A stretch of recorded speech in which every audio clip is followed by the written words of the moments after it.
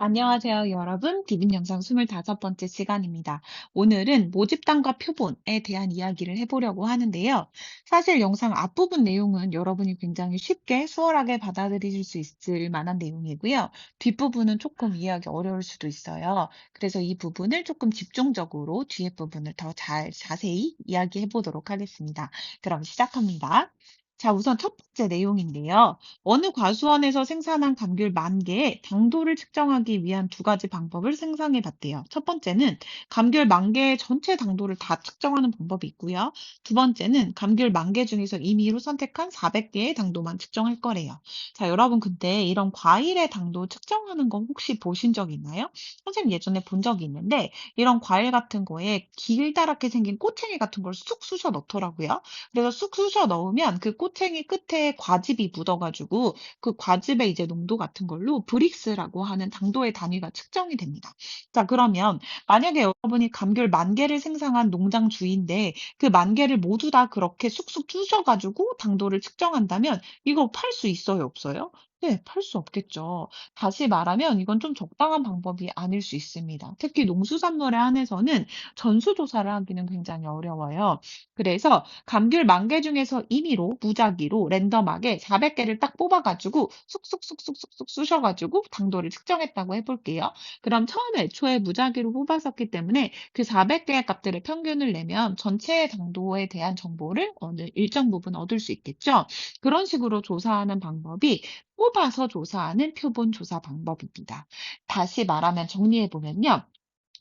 전체를 다 조사하는 것, 조사 대상 전체를 조사하는 것을 우리가 전수조사라고 부르고요. 그다음에 조사 대상 전체의 성질을 알기 위해 그 전체 대신 일부만을 조사하는 것을 표본조사라고 하는데 여기서는 이 위에 있는 방법이 전수조사이고 이 밑에 있는 방법이 표본조사입니다. 근데 이게 적합한 경우와 적합하지 않은 경우가 각각 있어요. 예를 들어 우리나라는 5년에 한 번씩 인구주택 총조사라는 걸 해요. 그거는 여러 가지 사회복지 정책의 자료를 만들기 위해서 모든 국민을 대상으로 인구조사를 하는 건데요. 이거는 전수조사가 알맞습니다. 이런 식의 조사를 할 때는 사람을 빼고 조사하면 특정한 오류가 생길 수 있기 때문에 전체를 조사하는 게 시간과 비용이 들더라도 맞는 방법이에요. 그렇지만 예를 들어 여러분이 전구회사 사장입니다. 근데 전구의 수명을 조사할 건데 이걸 전수조사를 하게 되면 여러분이 수명을 조사하면 그 정보는 사실 팔 수가 없는 거죠. 대체 어느 정도 가는지를 쭉 켜놓는 거잖아요. 그러면 모두 다 조사하면 이 정부 회사는 망하게 됩니다. 그래서 전수조사가 적당하지 않은 경우도 굉장히 많아요. 그럴 때는 일부만 뽑아서 조사하는 표본 조사를 하고 있다라는 거 알고 계시면 될 것 같습니다. 자, 통계조사에서 조사의 대상이 되는 자료 전체를 어미 못자 쓰는 거거든요. 그래서 모집단이라고 부르고요. 거기서 일부를 뽑은 것을 우리는 표본이라고 부릅니다. 그러니까 모집단이 굉장히 큰 집단이고 표본은 그중에 일부니까 작은 집단이라고 생각하시면 되고요. 이렇게 모집단에서 표본을 이렇게 뽑아내는 과정을 우리가 추출이라고 부릅니다. 추출이라고 불러요. 그리고 어느 모집단에서 표본을 추출할 때 이걸 이렇게 한 개를 쏙 뽑았어요. 그러고 나서 다시 돌려놓고 다시 뽑는 경우 있죠. 그런 걸 우리가 보관 추출이라고 하고요. 한 개를 쏙 뽑았어요. 이건 여기 냅둬. 돌리지 않아요. 그리고 나서 새로운 걸 하나 쏙 뽑는 경우. 이런 것을 비보건 추출이라고 합니다. 그러니까 다시 돌려놓고 추출하는 게 보건 추출, 다시 돌려놓지 않고 추출하는 걸 비보건 추출이라고 하는데요. 모집단의 크기가 진짜 크면요. 비보건 추출도 사실 보건 추출로 볼 수 있어요. 예를 들어 우리나라 5천만 국민 중에서 한 명을 뽑는 시행을 했습니다. 그럼 이 한 명을 다시 돌려놓지 않더라도 다시 뽑을 때 이 똑같은 사람이 뽑힐 확률은 거의 없죠. 그래서 두 번째 그냥 다시 뽑아도 사실 복원했던 거랑 동일한 효과를 유지할 수 있기 때문에 모집단의 크기가 크면 비복원 추출도 복원 추출로 볼 수 있다라는 정도를 기억하시면 좋을 것 같아요. 넘어가 보겠습니다. 자, 그러면 이 표본 추출은 대체 어떻게 하느냐가 중요한데요. 표본 조사의 목적은요, 모집단에서 뽑은 표본을 바탕으로 해서 모집단의 특성을 좀 예측하고 싶은 거예요. 모집 그러니까 우리는 모집단 전체를 잘 모를 때 이 표본의 특성으로 모집단의 특성을 예측하는 게 목표입니다.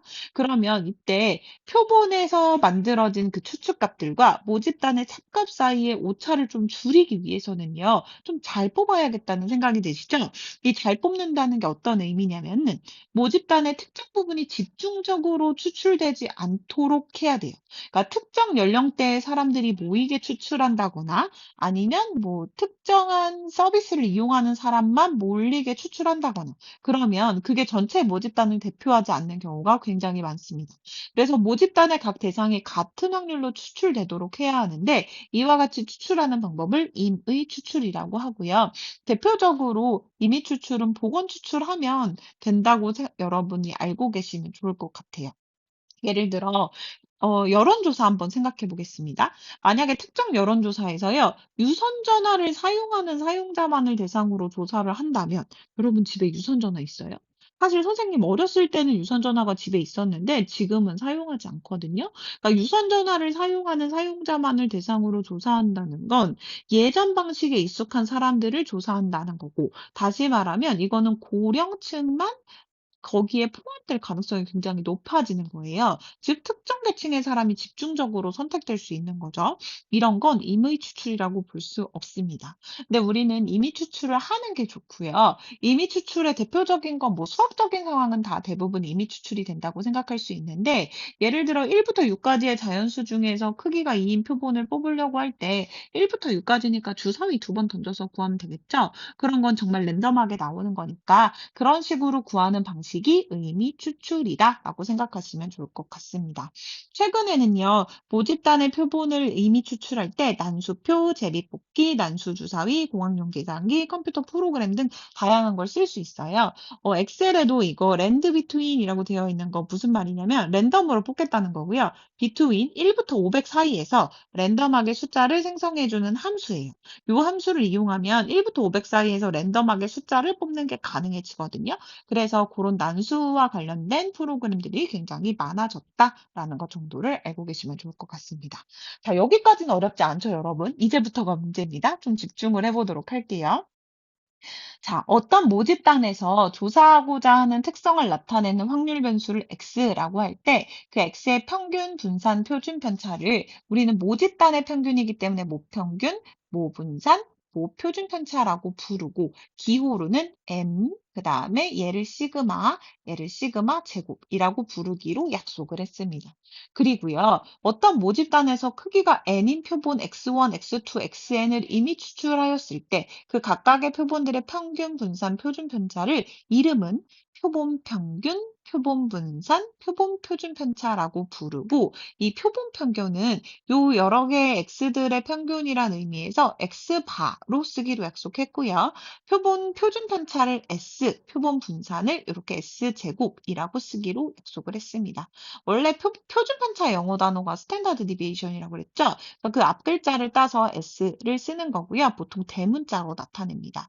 선생님, 이 시그마는 그럼 왜 시그마였죠? 이 S를 그리스어로 하면 그리스어의 소문자가 S로 시그마였었어요. 그래서 결국 표준 편차라는 뜻을 담고 있다고 생각하시면 돼요. 기호가.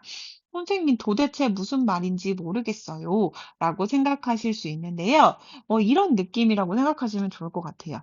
자, 원래 모집단이 있었습니다. 이 모집단의 평균을 구하라고 하면 m이었고요. 표준 편차가 시그마였다고 해볼게요. 그러면 여기서 표본을 뽑았어요. 이 표본 하나를 뽑았을 때 얘의 평균이 이거고 얘의 표준 편차가 이거라는 거예요. 그럼 여러분 표본을요. 이것만 뽑을 수 있는 게 아니라 다른 두 번째 표본을 또 새롭게 뽑을 수 있겠죠. 이 새롭게 뽑은 애도 표본 평균이랑 표준 편차를 구할 수 있을 텐데 이 1번 표본이랑 2번 표본은요. 이 값이 무조건 같다는 보장이 없겠죠. 네, 이게 같다는 보장이 없습니다. 뽑을 때마다 다른 게 정상이에요. 그러면 이렇게 뽑힌 표본들의 값으로 원래 값을 예측하는 게 우리의 목표인데 그걸 어떻게 하면 잘 예측할 것인가가 이번 단원의 핵심이다라고 생각하시면 좋을 것 같습니다. 참고로요.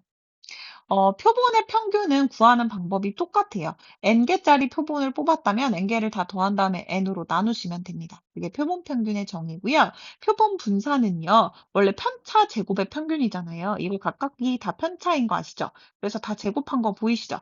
근데 평균을 내는데 n으로 나누지 않고 n-1로 나눈 거 보이세요? 여기 보시면 표본 분산은 모분산과 달리 편차 제곱의 합을 n-1로 나눈 값이다. 이는 표본 분산과 모분산의 차이를 줄이기 위해서이다 라고 그냥 쓰여 있죠. 여러분 사실 이거 고등학교 과정에서 증명을 하거나 그러진 않습니다. 다만 여기는 n으로 나누고 여기는 n-1로 나누는구나 라는 정도로만 한번 보고 넘어가시면 좋을 것 같아요. 그래서 그렇게 구한 녀석을 루트 씌우면 표본 분산을 구할 수 있겠죠. 그러면요.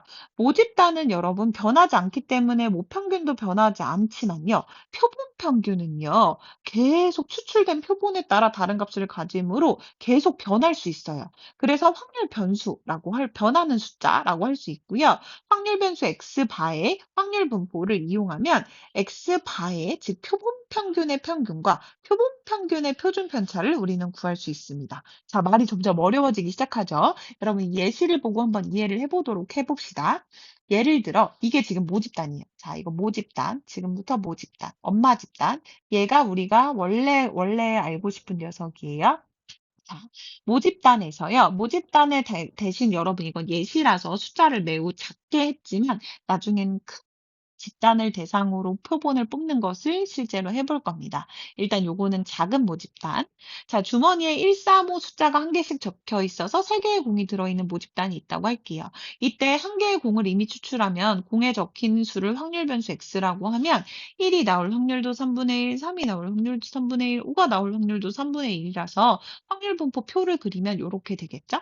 자, 여러분 요 상태에서 평균 분산 표준 편차 구하는 거 기억나시죠? 평균 어떻게 구해요? 이렇게 곱해서 서로록 더하면 되고요. 그다음에 분산 어떻게 구해요? 맞아요. 제곱의 평균에서 평균의 제곱 빼면 되죠. 그래서 제곱의 평균에서 평균의 제곱 빼면 요 값이 나옵니다. 그리고 거기에 루트 씌우면 이렇게 돼요. 그럼 지금 여기는 이게 모집단이니까 이거 모집단이니까 이게 모집단의 평균, 모평균, 모분산, 모표준 편차가 되는 거예요. 됐죠? 여기까지 이해하셨죠? 근데 우리 지금부터 무슨 짓을 해볼 거냐면요. 자, 이 모집단에서요. 크기가 2개짜리인 표본을 복원 추출해서 한번 뽑아보려고 해요. 다시 말하면 첫 번째 1을 뽑고 다시 집어넣고 두 번째도 1을 뽑으면 그게 1,1이 되는 거예요. 그런 식으로 복원 추출을 하면요. 첫 번째 뽑을 수 있는 것도 135, 3가지. 두 번째 뽑을 수 있는 것도 135, 3가지. 그래서 총 몇 가지가 나오겠다? 9가지가 나오겠다라는 생각이 드시죠? 저 구체적으로 얘기해보면 11, 13, 2로 그 다음에 31, 33, 35, 그 다음에 51, 53, 55 이런 식으로 그래서 요렇게 총 9가지가 나온다는 걸 확인할 수 있을 겁니다. 그럼 이 2개짜리 이게 하나가 다 표본이라고 생각하시면 되고요. 이 표본들의 각각의 평균을 구할 수 있겠죠. 표본의 평균을 구하면 1과 1은 평균 내면 1이고 1과 3은 평균 내면 2고 1과 5는 평균 내면 3이고 이런 식으로 구할 수 있겠죠. 그렇게 해서 이 표를 쭉 채웠다고 해볼게요. 그럼 표본 평균으로 가능한 숫자들은 1, 2, 3, 4, 5 이렇게 있는 걸 확인할 수 있고요. 그러면 표본 평균의 분포를 나타내면요. 이거 전체 9개였잖아요. 9개 중에 1은 1개밖에 없고요. 그쵸?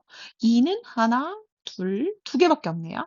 3은 하나, 둘, 셋. 3개가 있고요. 4는 하나, 둘이 있고요. 5는 다시 1개. 이런 식으로 있네요. 이걸 정리하면 이렇게 나타낼 수 있을 겁니다. 그러니까 표본 평균이 가질 수 있는 값들은 1, 2, 3, 4, 5까지만 있고 전체 9개 중에 1은 하나, 2는 2개, 3은 9개 중에 3개였으니까 4는 2개, 5는 9개 중에 1개. 이렇게 해서 나타낼 수 있고요.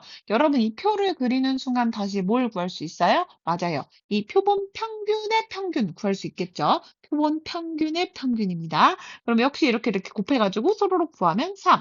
그 다음에 분산은 제곱의 평균에서 평균의 제곱 빼면 이렇게. 그 다음 표준 편차는 이렇게 구할 수 있다는 게 알려져 있습니다. 근데 여러분, 여기서 선생님이 하나만 짚고 넘어가도록 하겠습니다. 자, 여기서 뭘 기억하고 올 거냐면요. 우리는 요 값을 지금부터 기억하겠습니다. 모평균이 얼마였냐면 3이었어요. 그다음에 모 분산이 얼마였냐면 3분의 8이었어요. 모 표준 편차가 얼마였냐면 요거 3분의 2 루트 6이었습니다. 그럼 우리 요거 잠깐만 적어 놓겠습니다. 뒷장에 있으니까. 자, 모집단의 평균은 3이었고, 모 분산은 3분의 8이었고, 모 표준 편차는 3분의 2 루트 6이었습니다. 그쵸? 요거예요. 자, 그러면 뒤로 넘어가서 비교해 볼 건데요. 이번에는 우리가 아까 두 개짜리, 그러니까 여기서 이 모집단에서 어떤 걸 했냐면요. 뽑았어요. 뭘 뽑았냐면 크기가 두 개짜리인 표본들을 뽑았습니다. 그래서 그 표본들의 평균을 일단 구했어요. 표본의 평균을 구했고요. 표본 평균의 평균을 구했고요. 그다음 표본 평균의 분산을 구했고, 그다음 표본 평균의 표준 편차를 구했어요. 그랬더니 놀랍게도 표본 평균의 평균이 얼마였다고요? 맞아요. 그대로 3이었습니다. 그대로 3. 그다음 표본 평균의 분산은 3분의 4. 표본 평균의 표준 편차가 이렇게 됐네요. 그럼 이것도 한번 여러분 여기다 계속 같이 적어 보겠습니다. 표본 평균의 평균은 3, 표본 평균의 분산은 3분의 4, 표본 평균의 표준 편차는 3분의 2 루트 3 이렇게 된다는 걸 확인했어요. 자, 그럼 여러분 여기서 뭘 확인하시면 좋겠냐면요. 자, 모평균이랑 표본 평균의 평균은 어때요? 같아요. 그런데 여기는 차이가 있죠. 근데 정확히 얼마만큼의 차이냐면 딱 여기서 반으로 줄어들었죠. 근데 몇 개짜리 표본을 뽑았기 때문에 두 개짜리 표본을 뽑았기 때문에 입니다. 자, 두 개짜리 표본을 뽑았기 때문이고요. 만약에 세 개짜리 표본을 뽑았으면 3분의 1이 됐을 거고요. 네 개짜리 표본을 뽑았으면 4분의 1이 됐을 거예요. 그래서 그 내용이 정리된 게 바로 여기에 있습니다.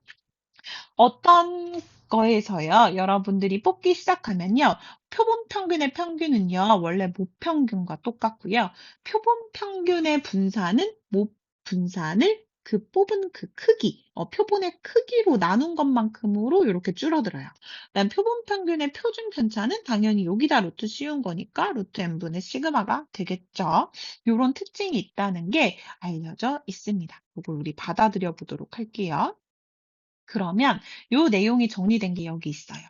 자, 모평균이 m이고 모표준 편차가 시그마인 모집단에서 크기가 n인 표본을 추출하면요. 표본 평균 x바에 대하여 그 표본 평균의 평균은 모평균과 똑같고 표본 평균의 분산은 n분의 1이고 표본 평균의 표준 편차는 여기다 루트 씌워서 루트 n분의 시그마다라는 게 알려져 있습니다. 그리고 또 재미있는 사실이 있는데요. 모집단의 부표가 만약에 정규 분포를 따르고 있을 때 거기서 여러분이 표본을 뽑잖아요. 그럼 그 표본 평균의 분포도 정규 분포를 따르고 이때의 평균은 원래 평균이랑 똑같으니까 여기다 m 쓰면 되고 이때의 분산은 요거 그대로 가져와서 쓰시면 됩니다. 이걸 따른다는 게 알려져 있어요. 근데 더 재밌는 건 뭐냐면요.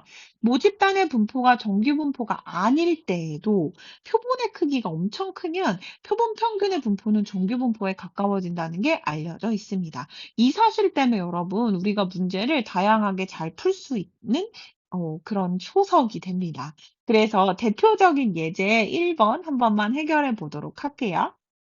자, 그러면 다시 한번 천천히 예제 1번 해보도록 하겠습니다.